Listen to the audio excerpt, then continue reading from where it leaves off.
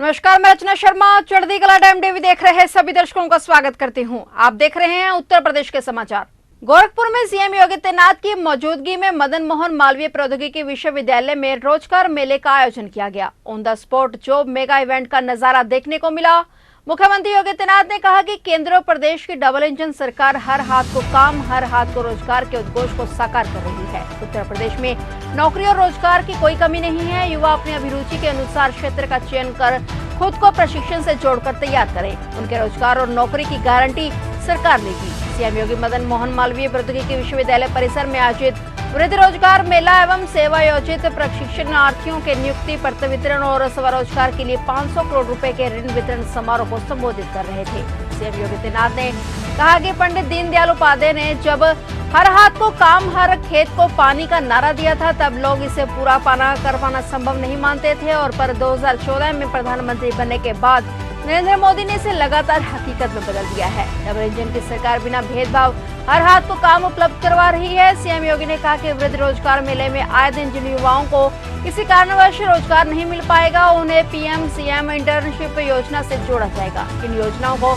Industry में training देने का काम के साथ मानदेय भी दिया जाएगा और मानदेय का आधा हिस्सा सरकार और आधा हिस्सा संबंधित इंडस्ट्री देगी। इंडस्ट्री में ट्रेनिंग के बाद ऐसे युवाओं को रोजगार मिलेगा और उनकी ऊर्जा और प्रतिभा का लाभ समाज और देश को मिलेगा। उन्होंने रोजगार मेले में नियुक्ति पाने वालों को बधाई और अचयनितों का हौसला बढ़ाते हुए कहा कि वे निराश न हो, परिश्रम का जज्बा रखते हुए क्षेत्र चुनकर ट्रेनिंग ले आश्वस्त रहें। सरकार नौकरी की कमी नहीं होने देगी। मुख्यमंत्री ने सभी लोगों को शारदीय नवरात्रि की महाअष्टमी, महानवमी और विजयदशमी की शुभकामनाएं देते हुए मां भगवती और प्रभु श्री राम से सबकी मनोकामना पूर्ण करने की प्रार्थना की। वृद्धि रोजगार मेले में सीएम योगी ने विभिन्न बड़ी कंपनियों में अलग अलग पदों पर लाखों रुपए के सालाना पैकेज पर नियुक्त हुए 20 युवाओं को नियुक्ति पत्र प्रदान किए। इसके साथ ही उन्होंने विभिन्न योजनाओं से स्वरोजगार के लिए बड़ौदा यूपी बैंक की तरफ से 6 लाभार्थियों को ऋण भी वितरित किया। इस दौरान सीएम ने नियुक्ति पत्र पाने वाले और स्वरोजगार के लिए ऋण प्राप्त करने वालों की जमकर हौसला अफजाई की।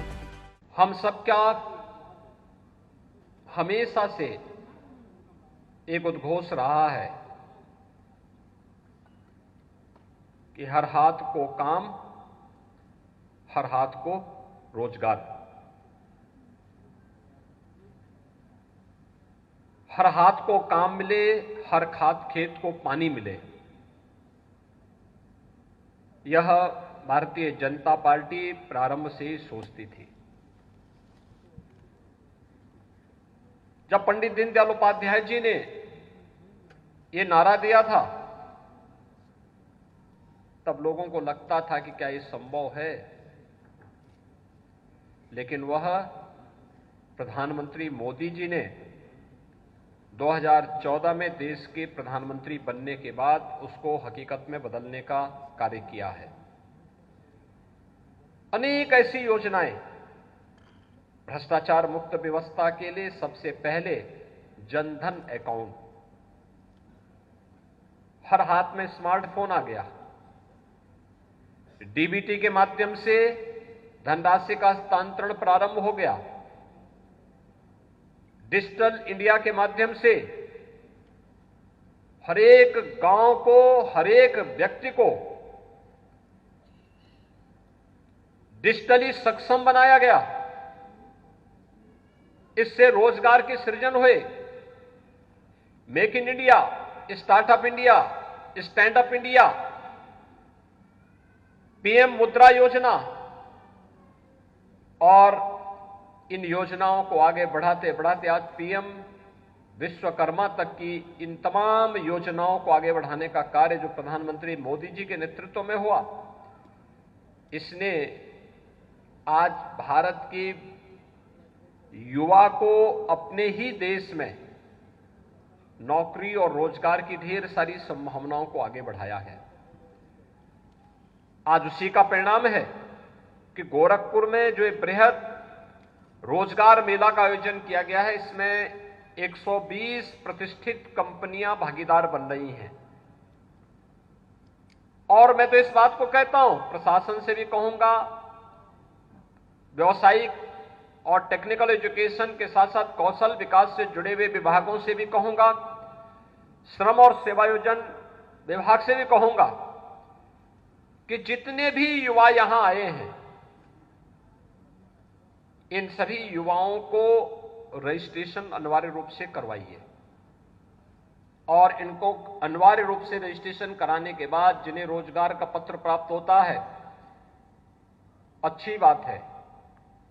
जिन्हें नहीं हो पाता है उनका रजिस्ट्रेशन करवा करके उनको किसी न किसी इंडस्ट्री के साथ पीएम इंटर्नशिप स्कीम या सीएम इंटर्नशिप स्कीम के साथ जोड़िए और उस दौरान उन्हें मानदेय के लिए केंद्र और राज्य सरकार मिलकर के आधा मानदेय देगा, आधा इंडस्ट्री देगा। इनके पास अनुभव होगा और अगली बार इनको भी अच्छा पैकेज यहां पे उपलब्ध हो जाएगा, जिससे अधिक युवा किसी न किसी इंडस्ट्री में कार्य उसे उपलब्ध होगा तो उसकी ऊर्जा और उसकी प्रतिभा का लाभ हमारे समाज को और हमारे देश को प्राप्त होगा।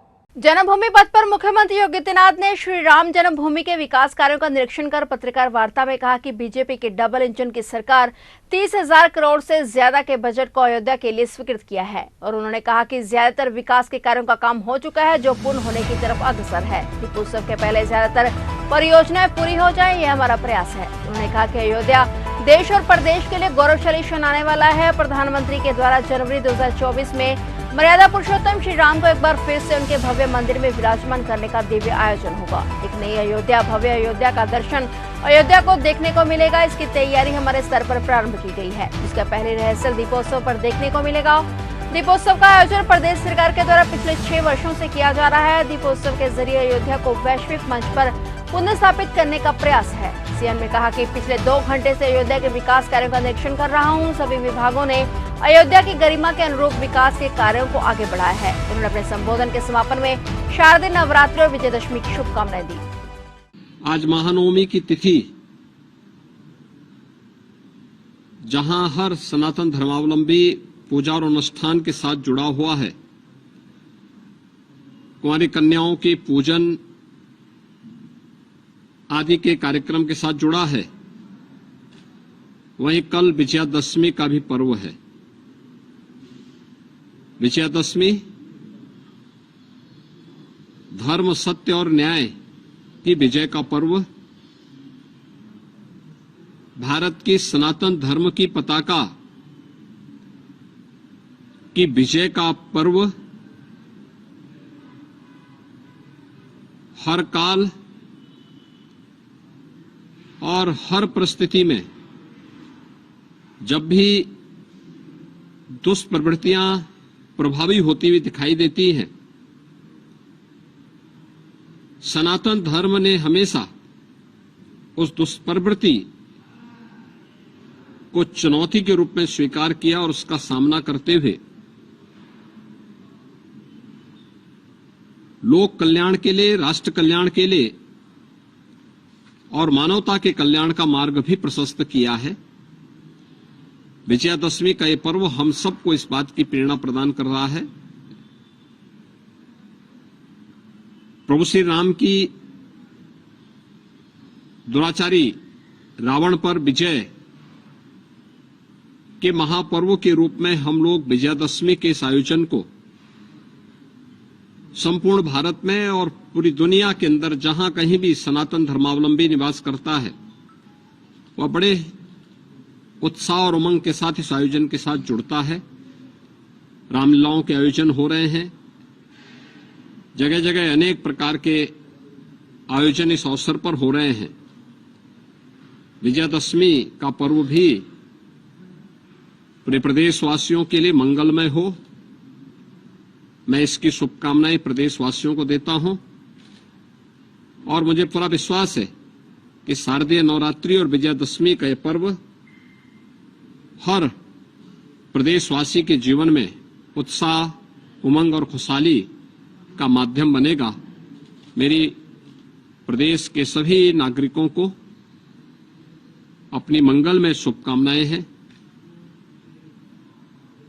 और विश्वास है कि जगत जननी मां भगवती दुर्गा का आशीर्वाद हम सबको समाज की